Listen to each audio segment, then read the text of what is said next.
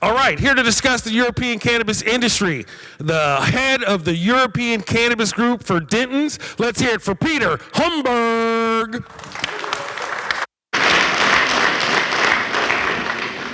Ladies and gentlemen, good morning.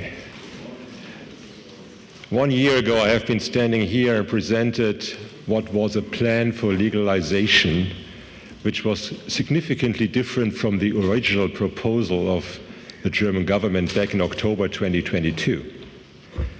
It was, and I have to say that, and sorry for disturbing the party, a partial legalization. We are far away from full legalization, which the government actually wanted to establish. And the Germans wouldn't be Germans if there are not funny stories about all this. And you know, Germans have a very special sense of humor. And let me just enlighten you with two very funny stories. The first one, our Chancellor Olaf Scholz, as you may know, is currently in China having diplomatic talks in China regarding various issues. Yesterday, in an official statement about the talks, in a side remark, he said the Chinese nation should not get the impression that all Germans are now smoking weed. What kind of statement is that? You know, even the Chinese president could have said, you should not get the impression that 1.4 billion Chinese people are getting drunk every evening. So, as I said, it's a kind of a sad, rather sad story. And by the way, where is Nayo?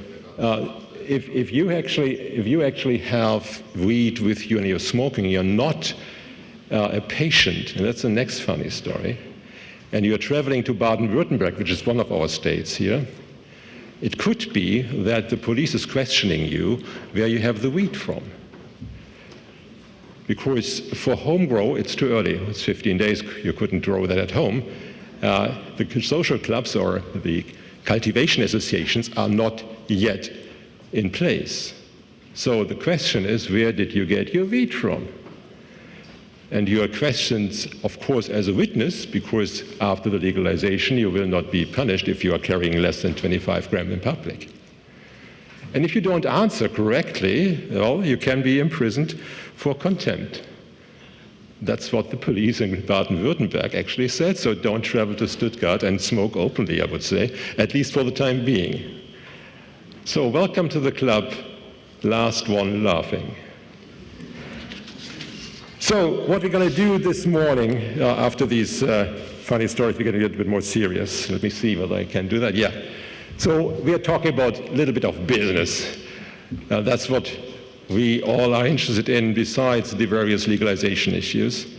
I would like to take you on a journey through various European countries. Where do we stand there? Of course, I will enlighten you a little bit about Germany and what is going to happen there, just really saying what are the real points in this legalization process.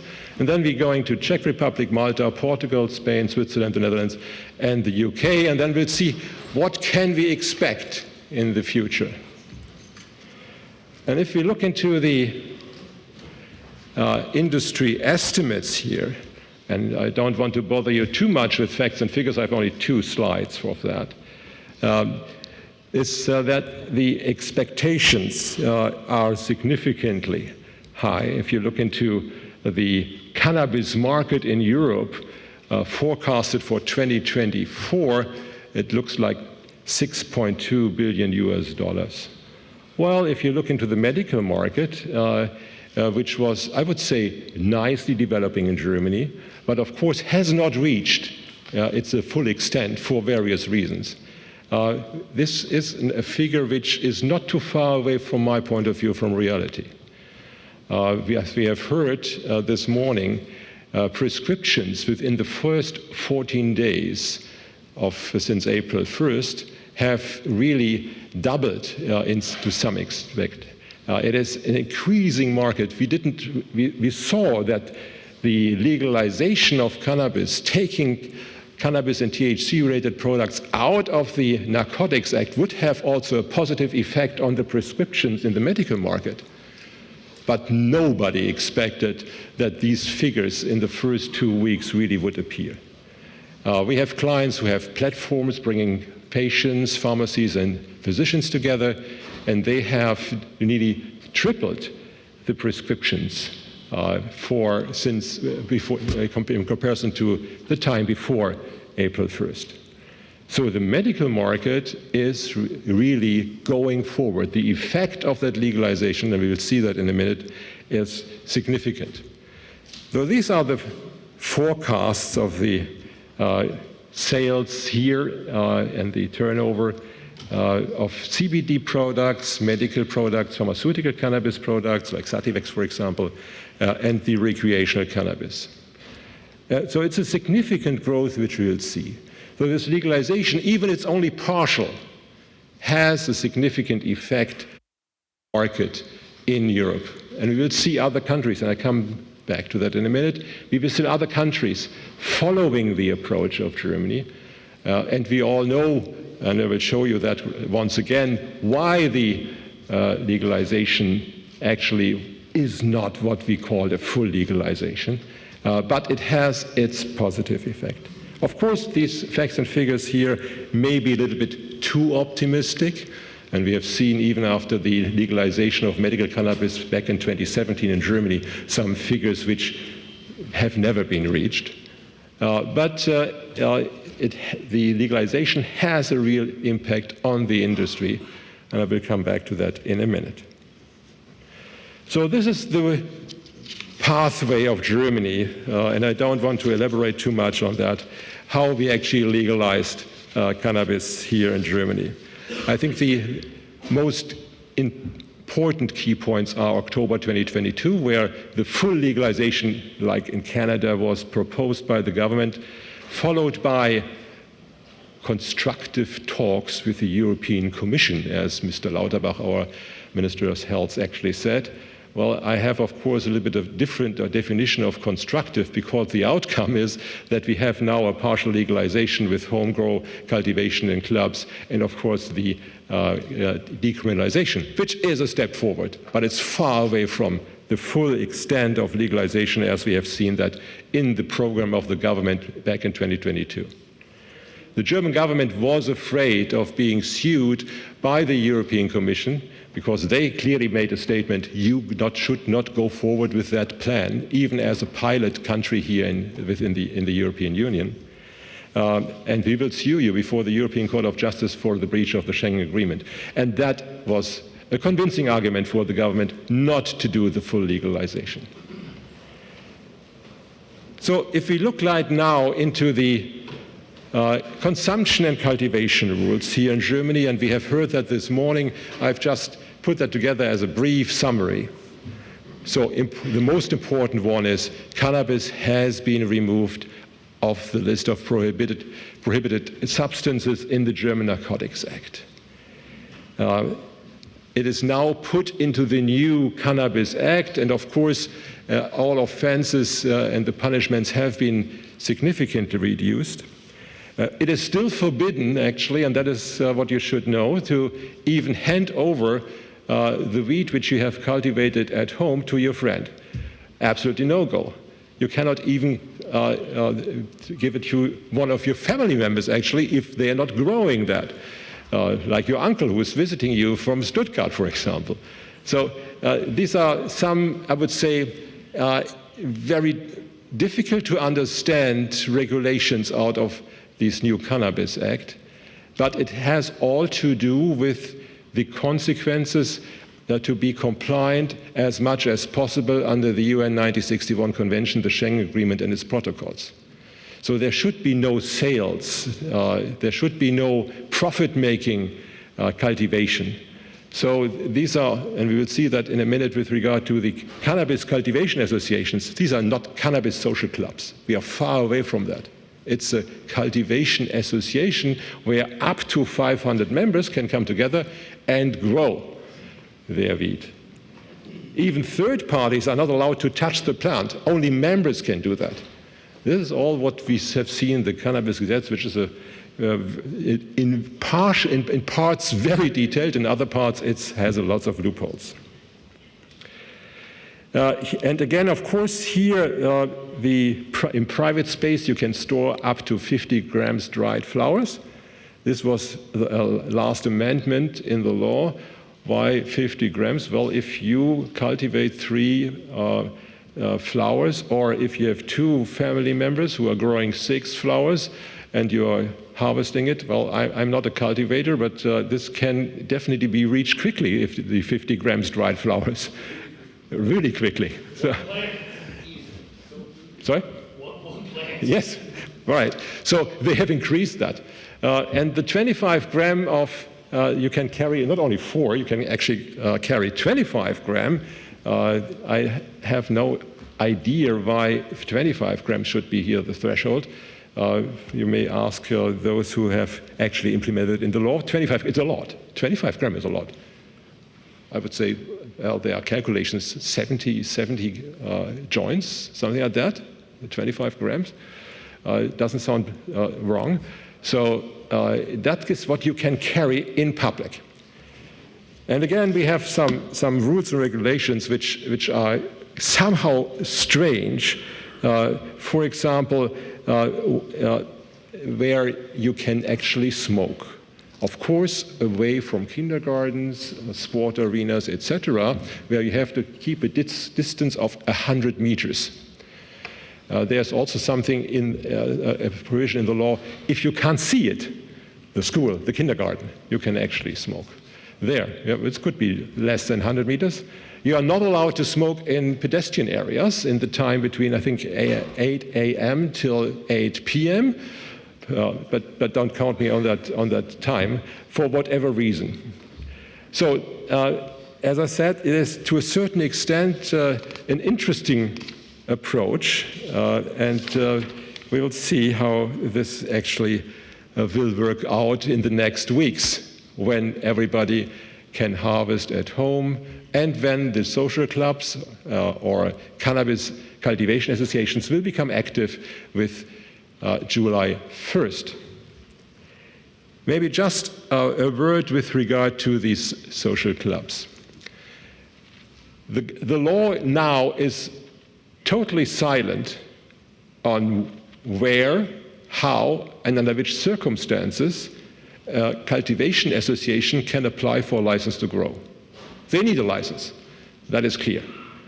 So it is left now to the states and, of course, to the communities to set up rules and regulations under which circumstances the cultivation associations can actually operate.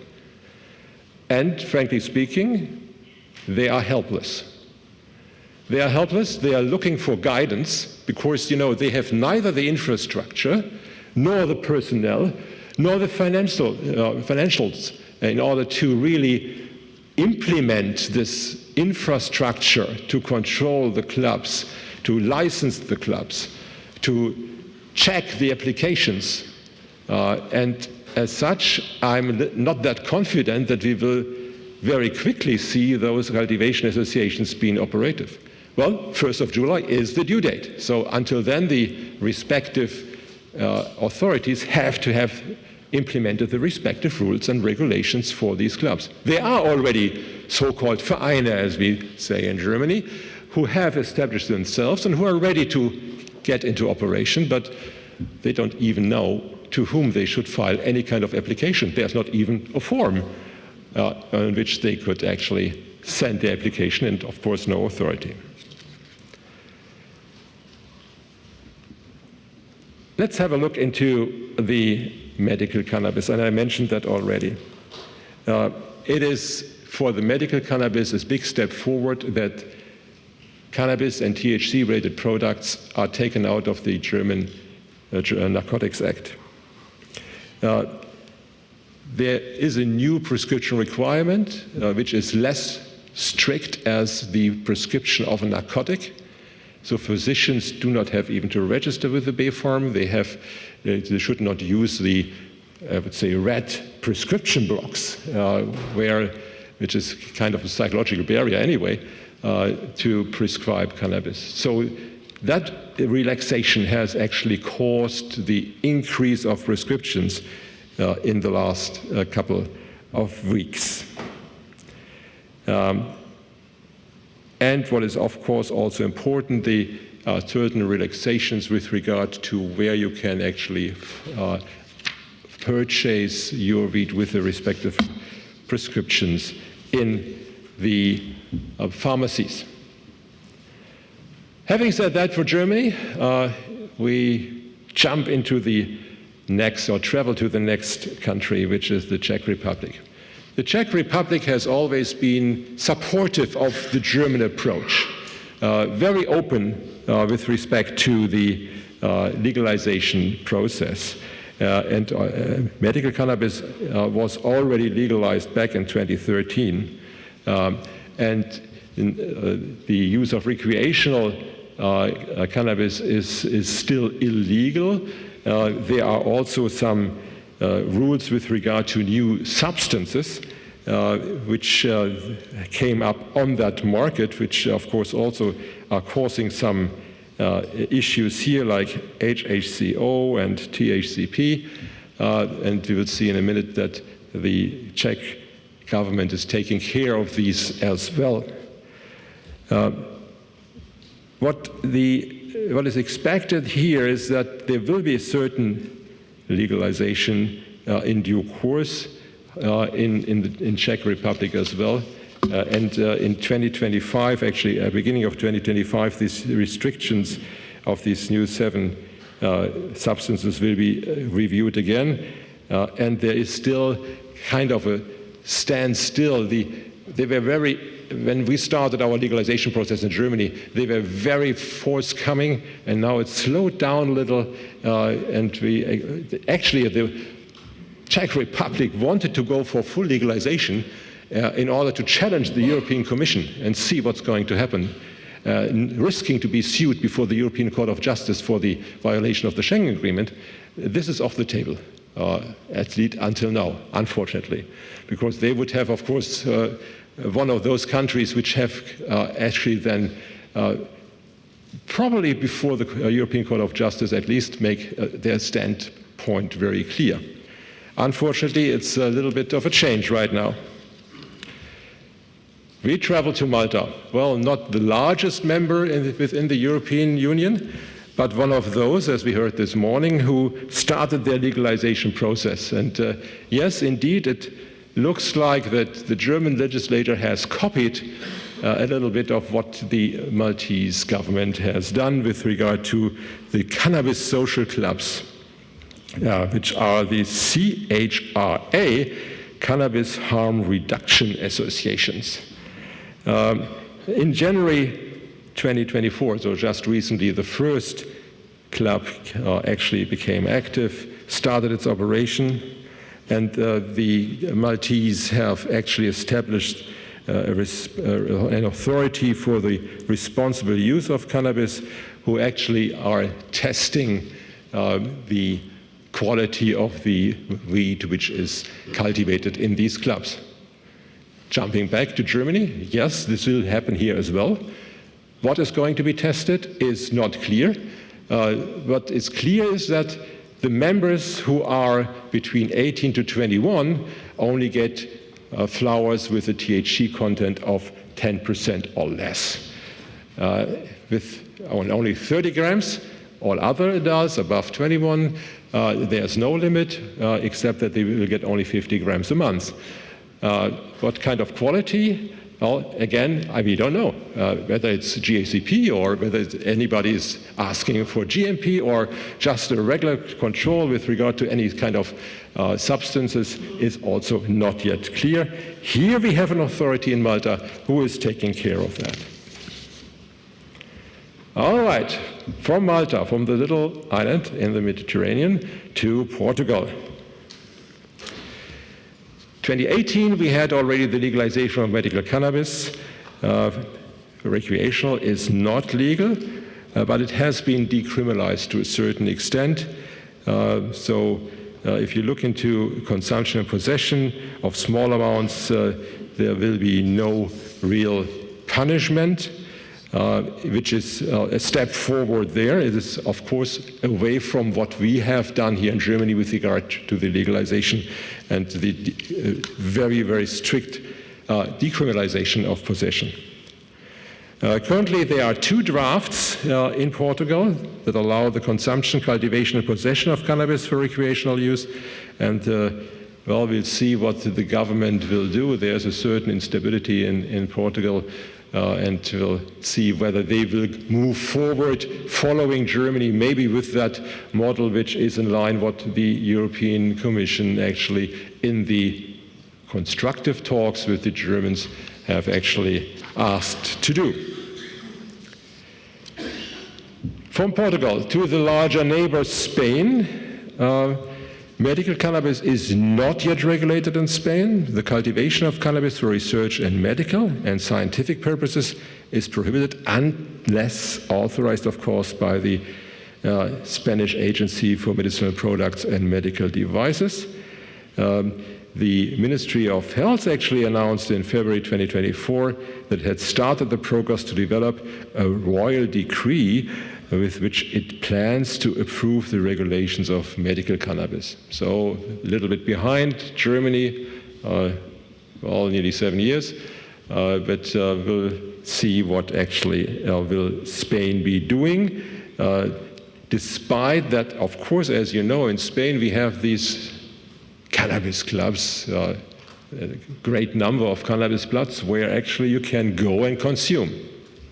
Again, back to Germany, in these cannabis clubs or cultivation associations, consumption is not allowed.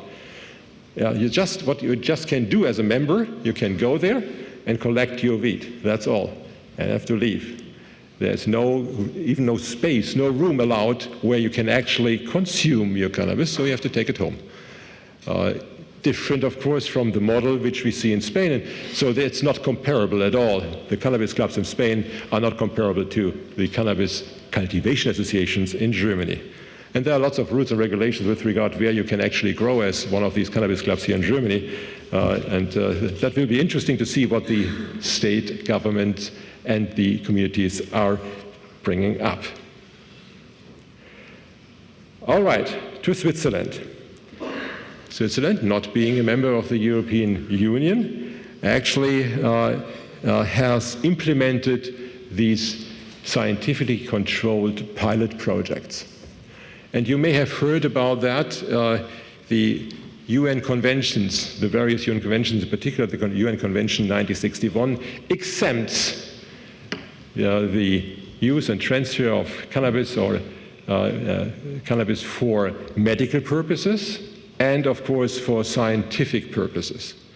And that is actually what the Germans anticipated here and have implemented into the second pillar. Because, as we heard this morning already, the legalization process has 2 pillars. First is homegrown cultivation in clubs, and then of course the second one is the implementation of scientifically controlled pilot projects, very much the same as Switzerland has done that. Of course, we are expecting the first draft law on that before Christmas.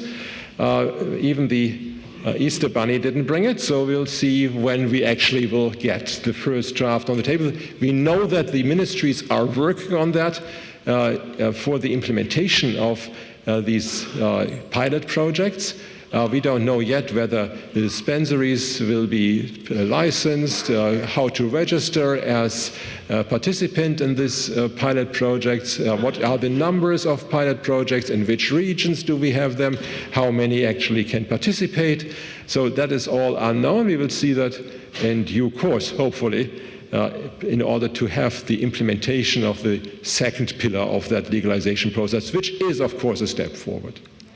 However, I think what is important to know is that the third pillar, which nobody actually has recognized, is that the German government is going to seek other countries in Europe to influence the decision-making process at the European Commission level. For that, they would like to gain data.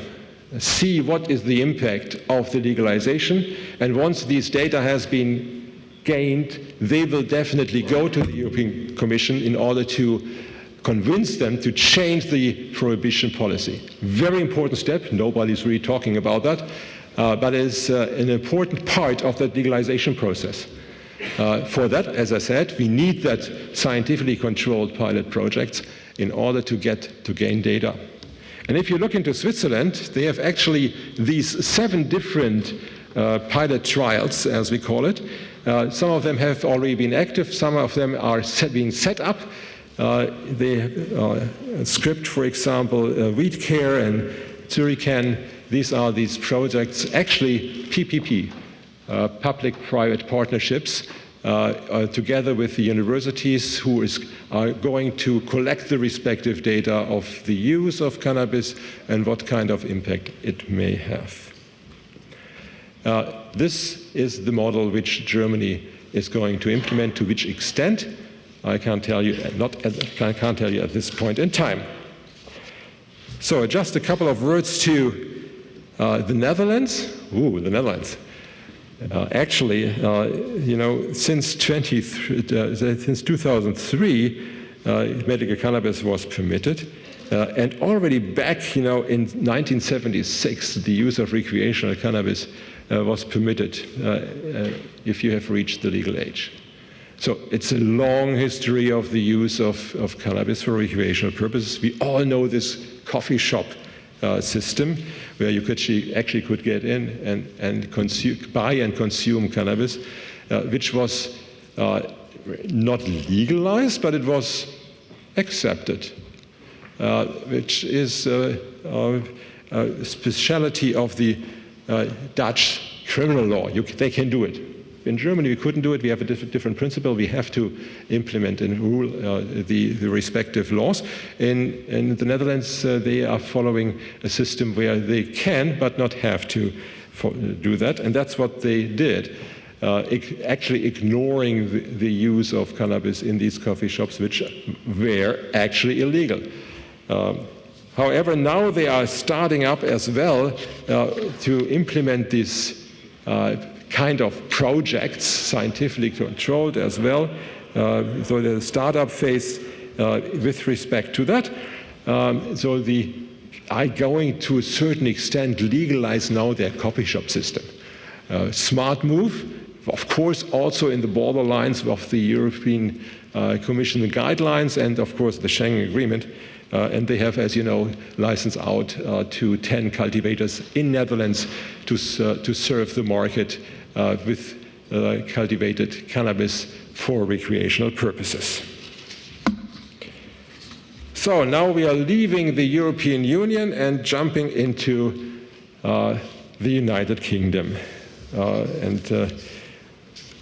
That's kind of very interesting. If you look into the UK CBD market, for example, you will find a great number of products. And those who are either living there or who have visited the UK, they have seen all the shops with regard to CBD products, which are, if you look into the European legislation, not permitted. In particular with regard to food supplements. And of course, as you know, food supplements containing CBD, which according to the decision of the European Court of Justice is not a narcotic, needs a registration under the Novel Food Directive of the European Union. And of course, we have companies who have applied for that, and the applications have been put on hold by the respective directorate of the European Commission because the respective safety data they provided were not sufficient. So they have asked for more data, and again for more data, and now all the applicants who are left over, I think of 50 are around 35 which have formed groups in order to get the costs actually divided between them for gaining those data, are, I would say, frustrated by that approach. In the United Kingdom, if you look into the medical market, it's a very limited market. Very limited market with regard to the indications and very limited market with regard to who actually can prescribe the respective medical products. If you look over into what's going to happen here, there's a leaked report for a pilot project for decriminalization of cannabis. Well, we'll see what it will bring, actually. And of course, the office of the Mayor of London is up to re-election in May this year, so just shortly, and then we'll see what actually this has as an impact on the new cannabis legislation they are looking forward. So it's all connected, of course, to politics. Our chancellor in China, the mayor in London, having elections, it is the law is made by politicians, and that's where we have actually to lobby that. So if you look into in Scotland, it is interesting because in Scotland the ruling is that of the Scottish National Party, they advocated a kind of a decriminalization of drugs, including cannabis.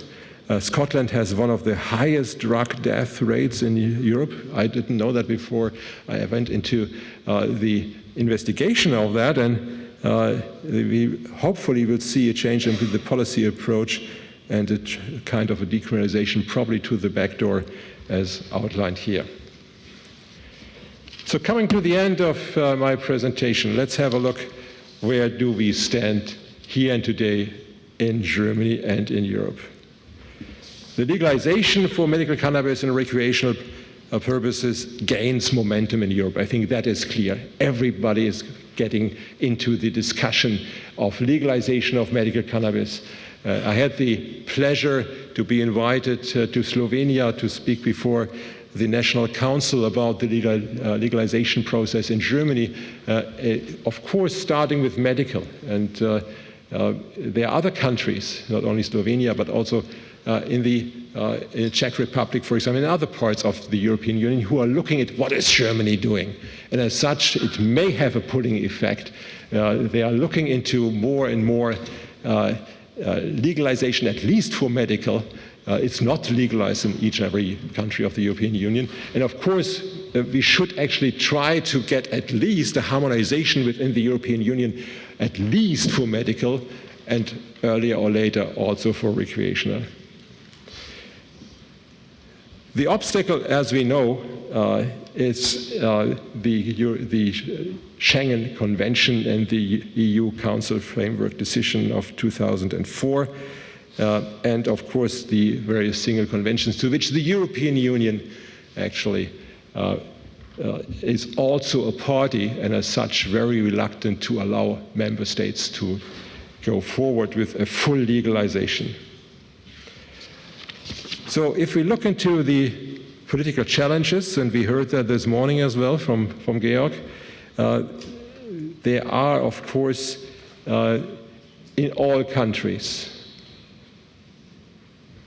parties, groups which are strictly against the legalization of cannabis, not only for recreational but also for medical purposes.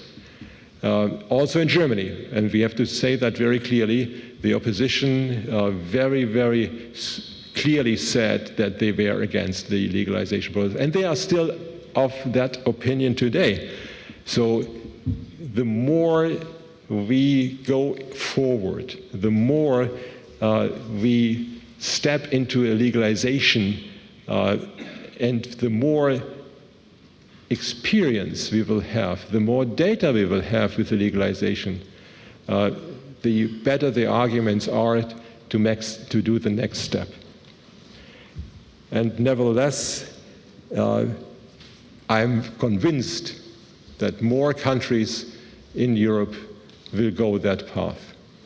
And as such, our legalization in Germany wasn't all that bad. I think it's a good step forward, even if it's not the full legalization which we expected. Thank you very much.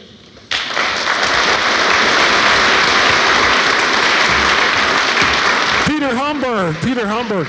I think we have time for a question or two, maybe. If there's a question, does anyone have a question? All right, Derek has a question. Thank you. My question is about the talks that the German government said they had with the European Commission. What's unclear to me is there's no name of who they talked to, there's no date, there is no official release. Has there really been this discussion? Can you tell a bit more about that? The discussion, yes, there was a discussion. I believe our Minister of Health that he's telling the truth on that. It is and was not a formal process. There's no process in order to get the opinion or to get the confirmation of the European Commission that we can go forward. It was an informal talk of the ministry and the group who wanted to do the legalization to a full extent. And I don't know to whom they talk. Of course, probably to the directorate which is responsible for the pharmaceutical developments, but it is indeed not even published. It's just said there were constructive talks with the European Commission. And as I said before, I have a little bit of a different understanding what constructive really means. But that is, between us, they have been feared away. They could have, of course, gone forward with the legalization process. They could have not been stopped, but of course they could have been actually sued before the European Court of Justice, and Germany just lost 2 large cases before the European Court of Justice, so they were afraid of another one from my point of view, and that's the reason why we have this 2-step legalization process, which is far away from the total legalization. All right. Oh, you have to jump now. We have time for one more. Oh, I'm glad I wore comfortable shoes. I'll remind you also that there's microphones back there.